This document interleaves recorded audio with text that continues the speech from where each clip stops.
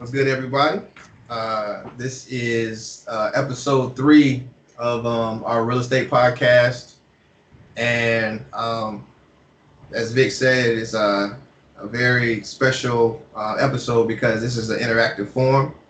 Um, we're currently on Facebook and IG Live. So, first off, I want to thank everybody for tuning in. I know it's everybody's Saturday, and everybody's busy.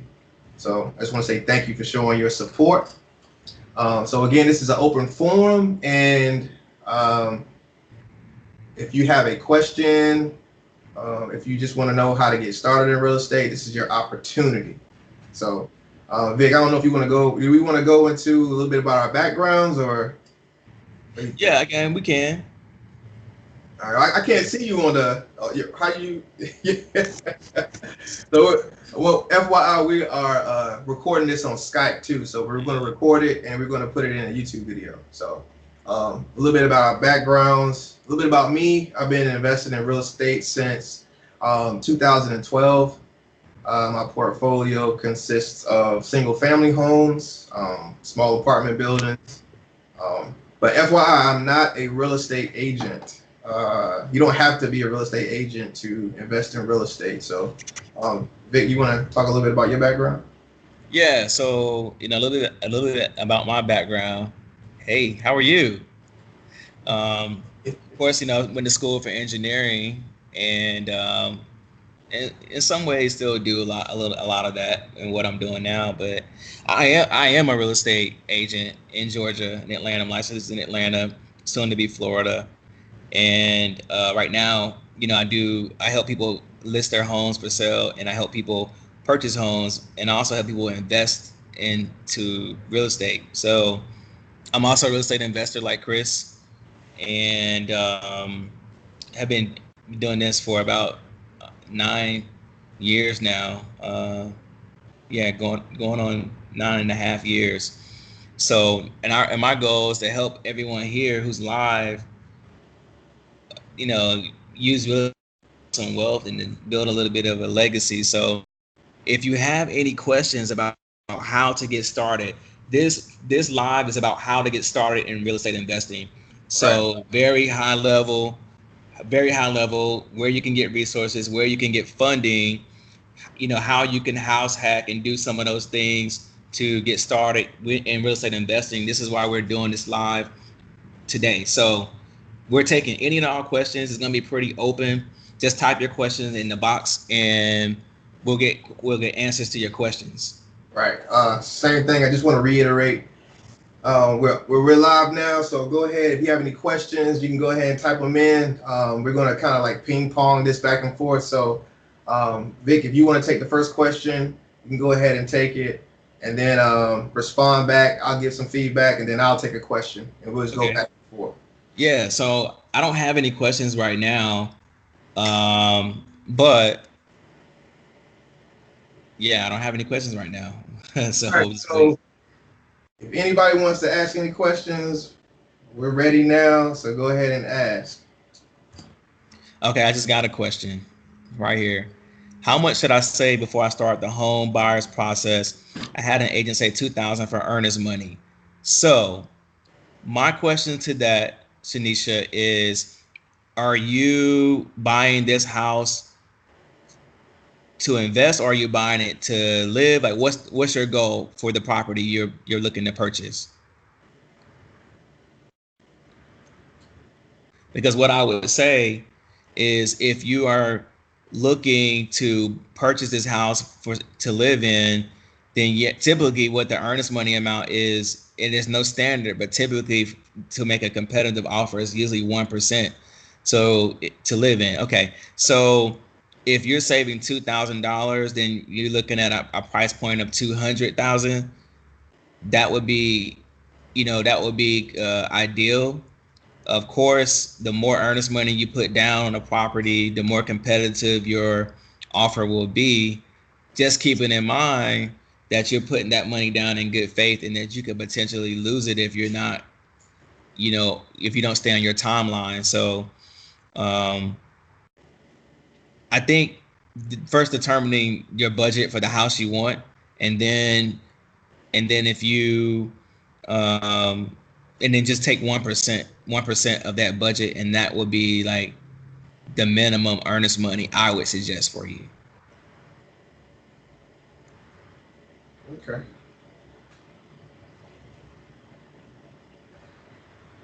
So I still haven't. I think there might be like a little lag or delay, and Yeah. by my count, it might be like 10 to 12 seconds. Um, so if anybody has any questions on my side, fire them away, and we're gonna try to answer them. Did you get any other questions, Vic? Yeah, I don't have any other questions right now. I'm just waiting around to see, what other questions people may have. So, but I will say, since Shanisha is online, she's watching now. What I will say is, other things to consider in your home purchase process is, it's the buyer's responsibility to pay for the home inspection. That's usually, a couple $100 or more. I would say just say budget $400 or $500 for that. And then there's appraisal. A lot of people don't know that they have to pay for the appraisal, and that's usually $400 or $500 as well. So these are other fees that you have to account for when you are looking to purchase your house, because those are necessary items that was going to help determine whether you're going to like move forward or not. The other key thing is working with a great lender. So, you know, different agents have different relationships with different lenders. I would suggest working with a preferred lender of an agent, because they have those relationships and can get you to the closing table. So unless you know someone from a bank that you have a great relationship with, then I would just rely on the real estate agent to help you with that in that process. Okay. All right. I got one question came in from Nisha Newborn. It says, once you've invested in a home, is it best to manage your own property or use a property management company? So that's a good question. That is a good question. That's a great question. So for me, I self-manage, and the reason why I self-manage is because I want to learn property management. But if you're not into wanting to manage your property, I would say it's best to use a property management company. Another thing to add to that is, if you are investing out of state. So let's say if you live in DC like me, and you invest in Carolina, and don't have anybody to manage it for you, you can hire a property management company. What property management companies usually charge, maybe like from anywhere from like 6 to 10% of the gross rents. So if you charge $1,000 in rent, they will take anything from $100 to $60, based on on that percentage. Anything you got? Anything on that, Vic? No, I think that's a great question as well. I'm personally not a fan of running around trying to collect rents, or having to worry with trying to evict people. I don't have that kind of time. Right. So I think it's always worth, just my opinion, to pay a property management company. And the other thing is a tax deduction. So if you're trying to build a business, you can look at it in terms of a business expense, and to me, it pays for itself. So I'm probably always going to have a property management company, to be honest with you. Yeah, but again, we're both in real estate investing, and we both have different strategies, and then that's perfectly fine. There's so many ways to have your real estate work for you. With me, I'm focused on property management, and I want to build a property management company. So I'm going to own and operate my assets. Vic, he's going to contract his property management out. So this is very important when you look at deals. So if you know you're managing your properties in-house, that's one thing less you have to account for. But if you're looking at a deal and you contract your property management, if you contract it out, and you got to factor that into your due diligence calculation to see if you're getting a good deal. Cool. Yeah, I agree. I agree with you there. You got another question, Vic? No, I don't have any other questions right now. All right, I got one right here. Extra E. Can you explain how to use your 401k for a down payment, whether it be for residential or commercial property? Thanks. I'll let you answer that one, Vic. Could you hear the question? The question was, how can you use your 401k as a down payment? Yeah. Yeah. Or is it a good idea? Is it a good idea, and how do you do it? I mean, I think it's a good idea. I've done it, and I've explained this in our conversation with Chris, with you. I feel like if enough money, so I feel like this: a retirement fund will give you a return on your investment over a certain period of time, right? Usually 8 to 10%, somewhere in that range, plus or minus 1 or 2% over the time you have it. But I feel like if you have the money to invest into real estate assets, you can make that return a lot faster, and you can make it annually. So it makes sense for me. What I've done is I've used my retirement fund to fund a purchase on a home. And it's just as simple as you can withdraw the funds and take the penalty, which I wouldn't do that if you're making enough income to loan against yourself. A lot of people don't even know they can do that. So if you can take out a loan against your 401k, usually you pay yourself back interest for borrowing on the loan, but then you can fund a real estate project with those funds. And if you do the math right, you can pay the loan back, pay the debt service on the house, and maybe make a little bit of a profit. And if you do the economics on it, that return is a lot greater than the return you would get just letting it sit into your retirement fund. So a lot of people will say, no, don't borrow against your retirement fund, but you got to look at what goals you have. You're going to be saving that for forever.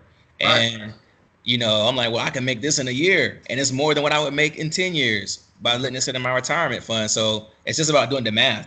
Right. And then like with retirement funds, they're completely at the mercy of the market. So, and depending on how you have it set up, it can be like very volatile. It can go up, go down at the drop of a dime based on like what the economy is doing. With me personally, this is me, Chris. I don't believe in retirement funds. I like to actively invest, and I feel like I can beat whatever any retirement fund is giving you every year. Like in a retirement fund, you can get anywhere from like 8 to 15%, probably like 17, 18% on a good year, but not every year. In real estate, man, you see 20, 30, 50% on your money annually. And that reason alone is to invest in real estate, and that's why I do it. So that was a great question, man. You got another question? Because I got another one. I don't have another question right now. Okay. Another question. How much is a down payment usually? So, that's a good question. So it all depends on your lender. Normally for an investment property, you have to put down, if they don't know you, probably like 20 to 25%. Once you build a relationship with a institution or a bank, they can relax those criteria because you have that rapport. So currently right now, my down payments are like 15%. Another thing is you can pretty much house hack. I mean, you want to cover that, Vic, or I can get into it. House hacking? Yeah, I've done some house hacking. Like with the 3.5 conventional? Yeah. So my first property was a house hack. And what I did was I bought a home, an FHA home, 3.5%. And those who don't know what FHA is, it's a type of loan product you can get. And so, which allows you to, and put 3.5% down on an owner occupied property, Right. meaning you have to live in the property. You have to So live in the property. you Yeah. have to live in the property. So if you owner occupy the property, you can do an FHA loan, and then you can buy property. Now, if you buy a multi-unit property, 4 units or less, which is the rule, right, for a residential loan, then you can move in one unit and rent out the other units. Or what you can do is, in my case, I bought a single family home, 3.5% down, and then I rented out each room. And so each room, I charged about $500 for the room, and that was enough to cover the mortgage on the property, along with give me a little bit of profit, and then whatever I made from my income, I saved, and that's house hacking. Yeah. Yeah. And that is very important to know, that you have to live in the property to get that 3.5% down. And that 3.5% is the percentage of the total sales price. So 3.5% of 100,000 is what, $3,500 down, right? So that percentage is significantly lower than the percentage you would have to pay for an investment property. 20 to 25%. Yeah. So it would be, if you're just getting started, it would be advantageous for you to, probably invest in a duplex or triplex or a quad, because you can buy the whole property, the duplex or whatever, Yeah. 3.5%, live in one side and then rent out the other side. Right. That can be your gateway into real estate investing. And some people do that every year, right, Chris? They will FHA a property, live in it for a year, and then refinance it put a conventional loan on the property, and then they'll do it again. So they're only putting 3.5% down on the next property, and they do this 4, 5, 6 times until they have a real estate portfolio, which is really smart if you're willing to do that. Right. And that's the thing. So getting into the willing to do that, if you want to, your goal is to be financially free one day, and you want to, spend time with your family, retire early, go on vacations, buy, that new Mercedes, and not have to get into debt. You can use real estate investing to get you there. But you have to have the right mindset. You have to get your finances in order. You have to get out of debt. You have to track your expenses to save that first down payment. And once you get that first down payment, it's kind of like you're building momentum. It's like a snowball effect. Yeah, it's a snowball effect. Yeah, I did that. I did a lot of that too. I didn't, I drove my college car for the longest time, and the only reason why I got a new car is because I had to get a new car. Yeah. And so in the meantime, I was just saving the money, because I knew that I wanted to purchase property. And the benefit that we haven't really talked about is the equity you get, right? Every mortgage payment you pay, every time the city reassesses your property taxes and they give you a higher assessment. I mean, your property taxes might go up by a little percentage, but your tax assessed value, or the tax assessed value, can pretty much let you know how much your house is appreciating. So if your tax assessed value goes up, and you can get it appraised and get that appreciation gains along with paying down the principal. Yeah. And there's so many other creative things you can do with real estate, man. We'll get into a lot of those things as we continue to do podcasts and live videos. Yeah. I think we're going to have a lot of fun, doing this and answering questions for people who want to get started in real estate and really build something. I know vacations for me is paid for, expenses and a whole lot of other, things that I've been able to enjoy. I've been able to enjoy those because of exploring the real estate world. So yeah. I got another question right here. Have you ever had to evict somebody? Yes and no. Okay, so when you get into the landlord game, it's very important to screen tenants. And if you have a good screening process, like you do background checks, you follow up with previous landlords, uh, you can know if you're going to get, a good person or not. You're not going to know 100%, but long story short, we had somebody in one of our properties, and the first sign is when they start paying late. It's fine because when they pay late, we tack on late fees, but then they get behind, and then if they miss a month, they only got a few months to stay behind, or we have to send a letter to them that telling them that we could potentially evict them. So the person got behind on their rent payments, but they were just 1 month behind, but they were constantly 1 month behind. And what was crazy was they were saying that they might not be able to pay based on what they thought their income was going to be. Like later on in the year, they said they couldn't afford the apartment, not the apartment, but the house. So what I did was I didn't evict them, but I sent them this crazy breach of contract letter saying that they breached the contract. We're going to take legal action against you. I put my lawyer hat on and try to use as many legal terms and jargons to scare the mess out of them. And what they did was they ended up moving out in 3 or 4 days at the end of the month, and then we got somebody back in there a few days later to start the beginning of the month. So it kind of worked out perfect, but never had to evict somebody, but that's as close as I came. I wrote a breach of contract letter.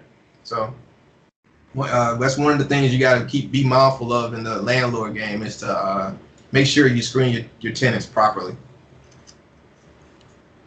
Hold on, I got a few questions. Uh-oh. You got any questions, Vic? No, I don't have any questions right now. All right, hold on. I got 2, I think. Hold on one second. Okay. It says, for your first investment property, would you recommend purchasing a home that needs to be renovated or purchasing a ready-to-move-in home? I would say it all depends on the numbers, man. Everything is driven by the numbers. If you find a house that needs some work, and you can get it at a really good price, and then you do all your estimates and you factor in how much it'll cost to renovate it, how much you can rent it out for, and you're making a crazy amount of rent, your return on investment is double digits, like anywhere north of 10 to 15 to 20% annually. I would say do that. If you can find the same deal with a ready to move in place, I would say do that. But of course, the ready to move in is easier.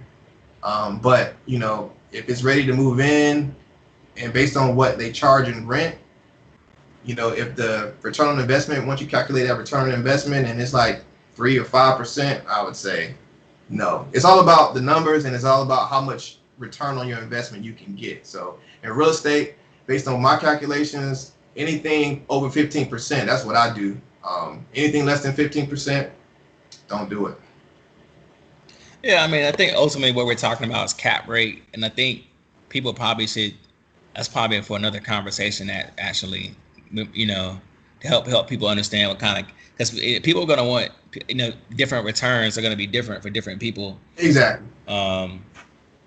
But one rule of thumb I was reading, I don't know if people know, they know about Bigger Pockets, but one of the guys was saying if he can't profit $100, at least $100 off of his investment, then it's not worth it to him.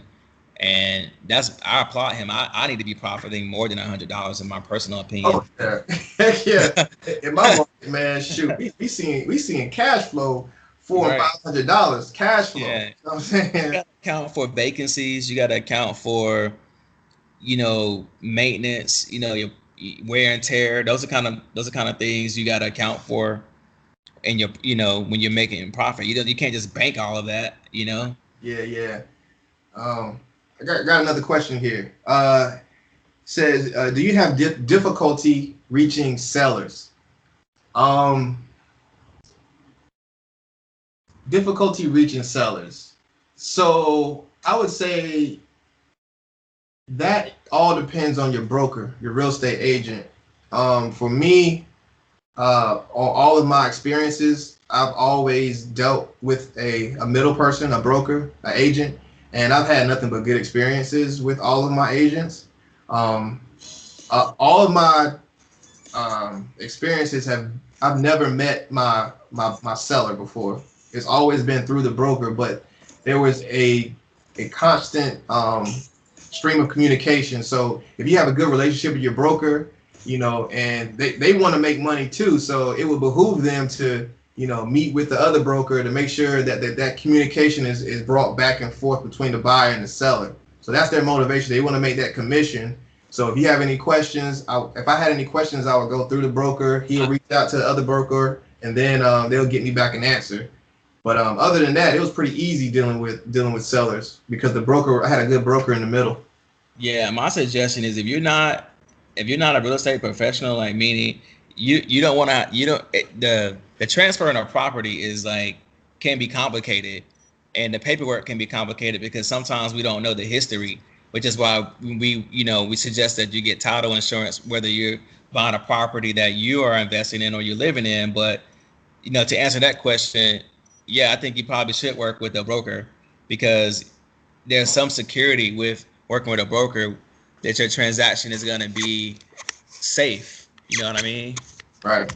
You go start putting things on paper yourself, or somebody's giving you something on paper yourself, and that you got to determine if that if it goes to you have to arbitrate. You got to worry about if it's going to hold up in court, and that can be a whole nother problem for you.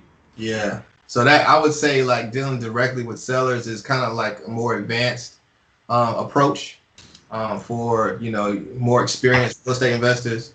But if you're just starting out, definitely go through a broker, go through a real estate agent, build rapport with them. Again, well, real estate investing is definitely a relationship game.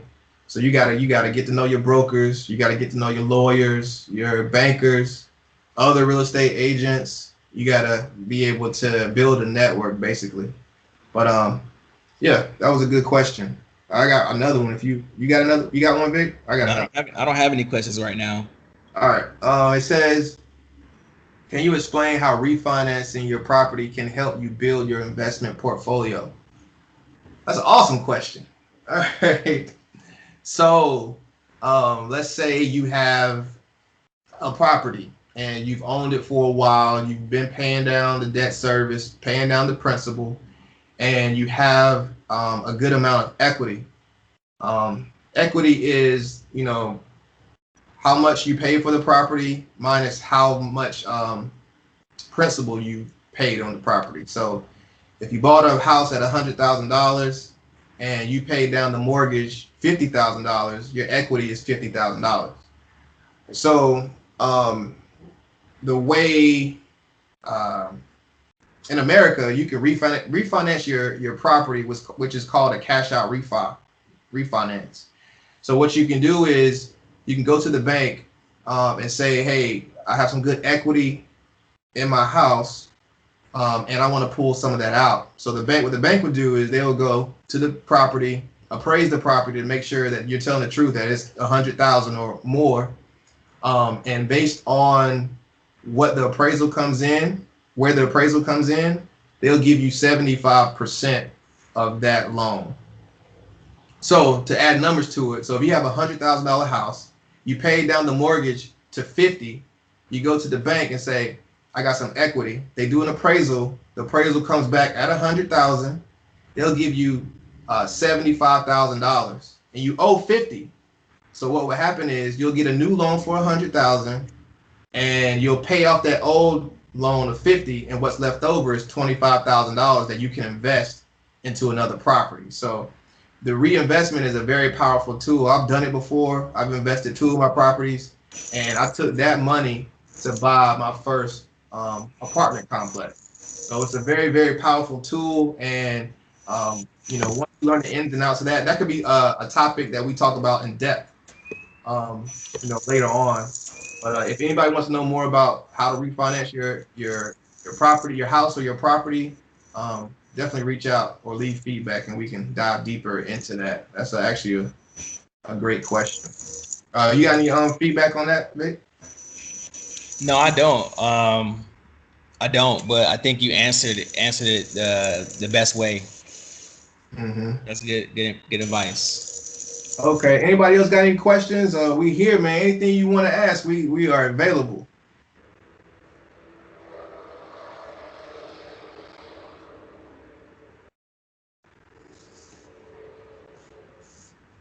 All right. Okay. How much rent do you get on average? Okay. Uh, you want to tackle this first, or you want me to go ahead? How much rent do I get on average? So, what I will say, I'm making more off the rent right now than I was before, and the reason is because to a couple of factors. One reason is when I had an FHA on the property, so the MIP came off of the mortgage payment because I had more than was it 80%? Mm-hmm. I had more than 80% um, like paid for. So that came off of my mortgage bill, and then too, just over time, naturally, real estate. I mean, rental rates go up. So Exactly. I mean, and you should be keeping up with your market and the rates that rental rates are going up, so that you can be aligned to the market. So I'm making about $500, $500, a little more than $500 off of my real estate investments after debt service. So I'm bringing in maybe $1,000 just off of the few that I have, Okay. and which is pretty good, right? Yeah. And I That's have awesome. equity, so That's awesome. For me, so to unpack the question a little bit, in terms of rent, your rent is pretty much set by whatever the average market rents is, and basically rents always go up over time. They pretty much go up with inflation. Um, and you start off with your gross rents, and what you do is you back out all of your expenses, and that will give you your net operating income. In your expenses, you have how much you pay, to fix and repair things, your insurance that you pay on your property, and your taxes that you pay on your property. And once you back all that out, you have your net operating income. And once you have your net operating income, um, you minus your debt service, which is your mortgage. And on average, after I back out my debt service, I see anywhere from about 300 to about $600 spread across all of my properties. So, all just right, I got two questions. Hold on one second. All right. First question is, so when I refi to reinvest, how long do I need to reside in the property in order to house hack again? So real quick, I'll let you get into that too, bit, but real quick. So different banks have different criteria, and the criteria change over time. And one of the things that might change the criteria is the current administration. Um, Republicans or Democrats. Whatever the administration is, whatever party's in office at the time, they change laws all the time. So the laws are constantly changing. So back in the day when Bush was president, they had deregulated a lot in the housing industry. So people were buying houses and refining them like the next day or weeks later. And then the housing market happened in 2008, 2009, and they changed those regulations. And now banks require a 1 year season. So if you get into a loan and you have to live in it for more than a year before you're eligible to refinance. And the refinance criteria are even more stringent now. So anything else to add to that, Vic? no. I mean, just keeping in mind, if that's the goal. Like, of course, they're gonna run your credit again, and of course, you should have the money to buy your next property. You should already have that ready. But no, I think you're right. I mean, you should plan on staying in your house for at least a year. Um, Okay. before you move to the next, make the next move. All right. All right. So next question: how difficult is it to purchase and manage large residential duplexes and apartments? Um, so I think we talked about this a little bit earlier. So when it comes to this is good because we can give perspective. So with me, I manage my properties myself. I have a property management company in house. So I own and operate uh, my properties. So when it comes to difficulty of managing, um, I'm in the early stages of building my company. So I'm taking all that on. Like I want to learn. I want to stumble. I'm actually putting in processes right now, procedures and processes and software to have a seamless property management company. So if you were rent from me, you can come to my office, drop your rent off. If you're moving out, I can give you all the paperwork you need to move out. If you wanted to move in, I can give you all the paperwork you need to move in. If I wanted to sell a property, I can give a potential buyer rent rolls, any type of documents or forms or records just by hitting a print button. So that's my goal, is to make it seamless, a legit property management company.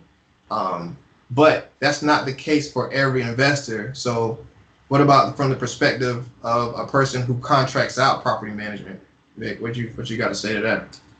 Um, so the now remind me of the question once more. Like, how difficult is it to manage a property when you're working with a property management company?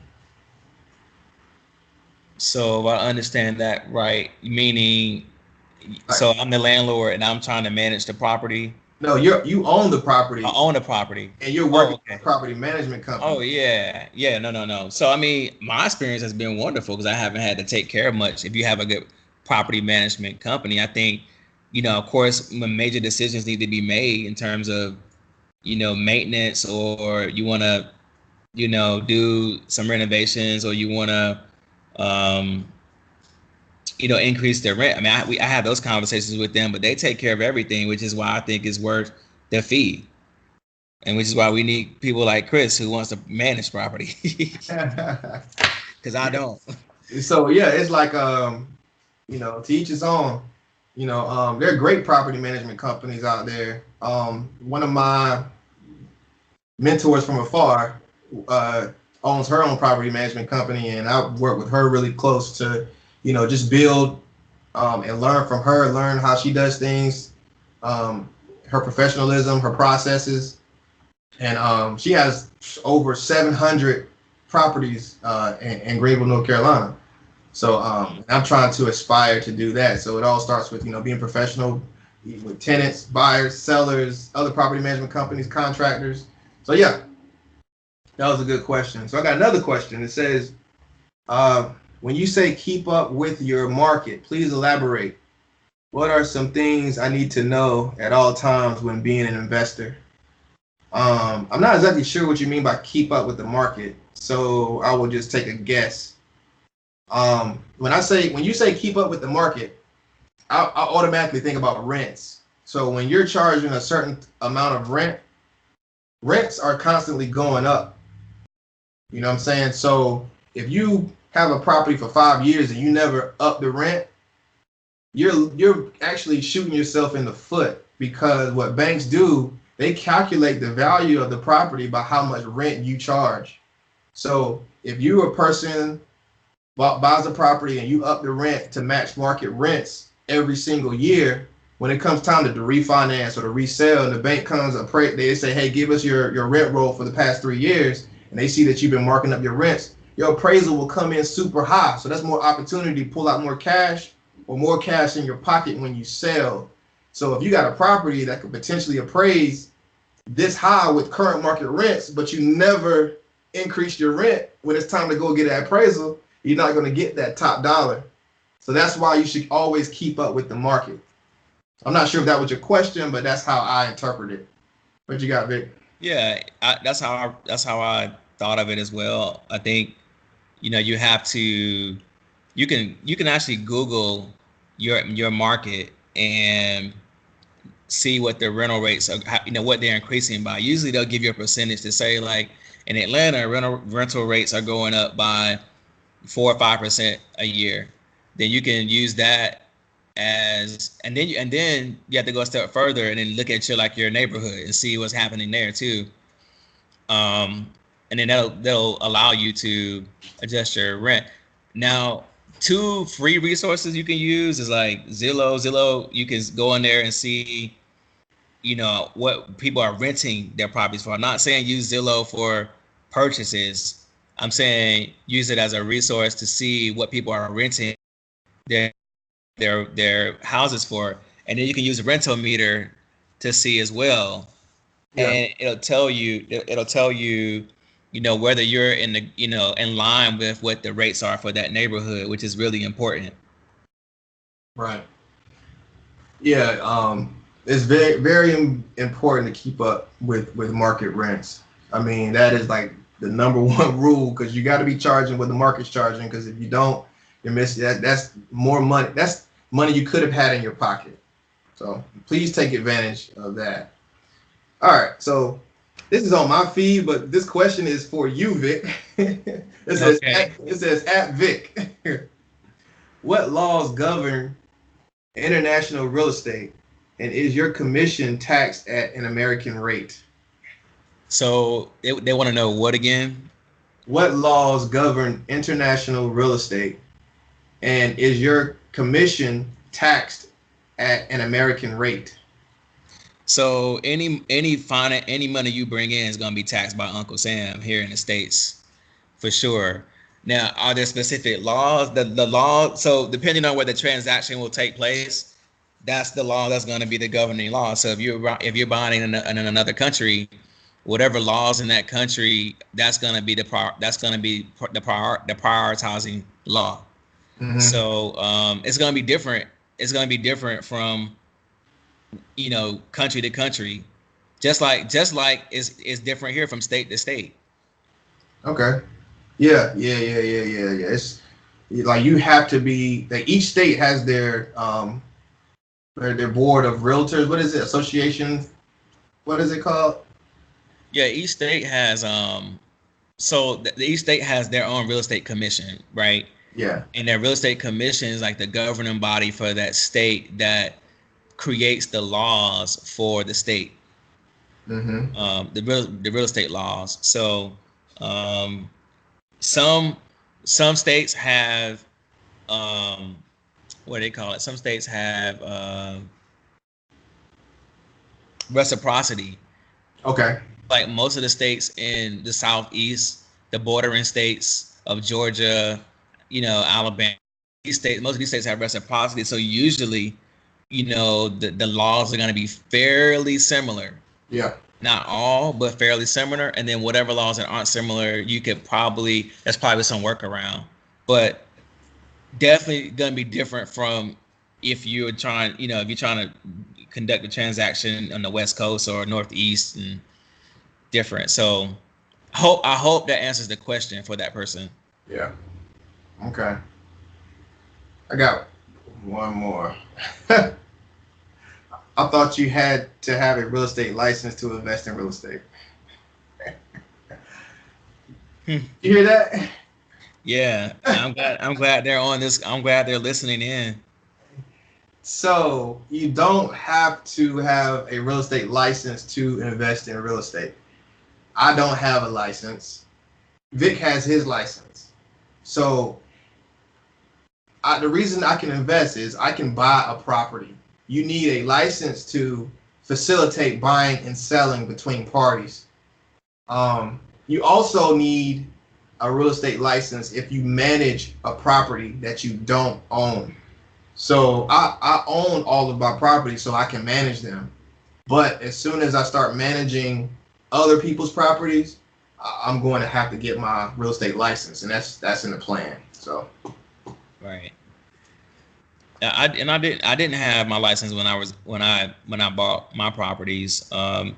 It's a benefit because I can get in and out of properties a lot faster as an agent, and I don't have to rely on an agent to show me properties unless it's some off-market property. But No, you don't have to have your license to invest, and that's the beautiful part. That's the beautiful thing about real estate investing is you can just find the free resources and buy property. Right. Yep. Yep. All right. Another question. Is purchasing an apartment that much more financially lucrative than a single family home?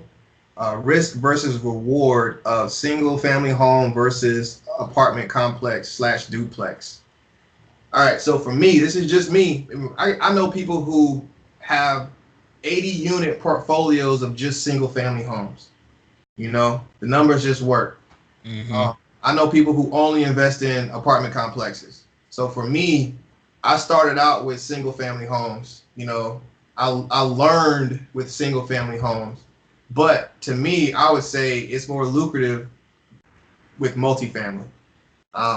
You know, apartment complexes, triplexes, quad, duplexes, because you get to, you know, what's called economy of scale. Well, that might not be the right word, but when it comes to single family homes, if you own 10 single family homes, you have to have 10 insurance policies. If you have a 10 unit multifamily, a 10 unit apartment building, you only have to have one insurance policy. And another thing you gotta think about is utility. Now this might be a little bit complex, but utility. A single family home, you gotta understand purpose. The purpose of a single family home is for a family to live in it. The owner is the person who usually lives in it. With a multi-unit apartment complex, the purpose of it is to make money. The owner, 9 times out of 10, doesn't live there. He owns it to charge rent for people to live there. So that's the purpose of an apartment building, is to make money. So your returns will be order of magnitudes more than single family home. Not to say that you can't make money with single family homes, but the utility of a single family home isn't to make money, but you can make money from it, if that makes sense. So I know that was a lot, but that's how I view it. And my return on investment on multifamilies is way more than single family. Put it that way. Any thoughts, Vic? No, no, I agree with you. I agree with you. I think, yeah, you know, multi-unit, you definitely want to, you know, bring in a profit, and um, also, you want to consider like, so with that profit, I mean, it's obviously going to be more operating expenses as well, Yeah. but the return, in rent and the return on a potential sale is probably going to be greater on a multi-unit facility than a single family.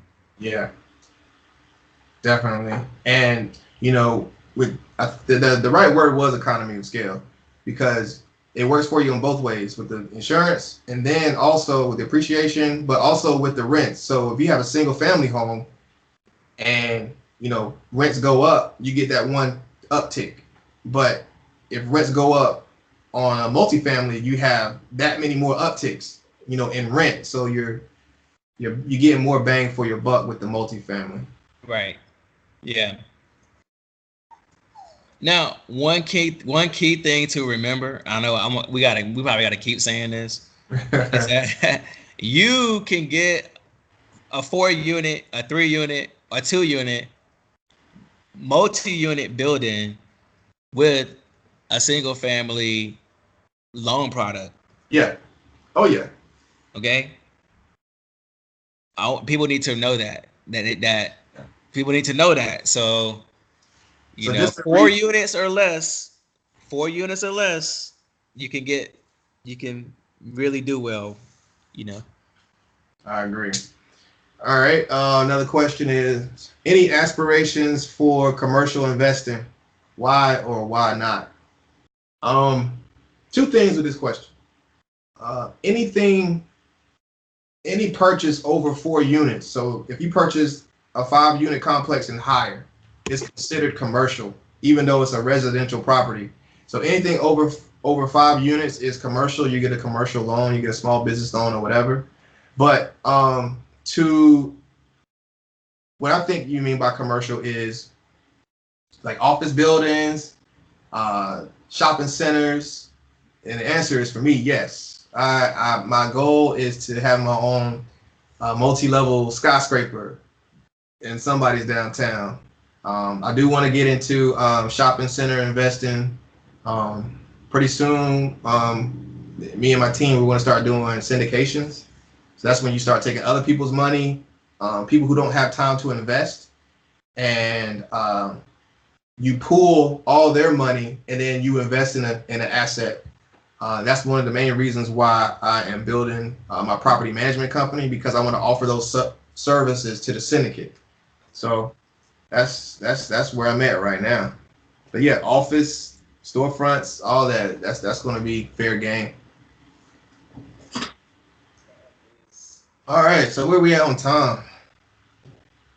We have about 5 minutes left. I had to end mine because my battery went dead.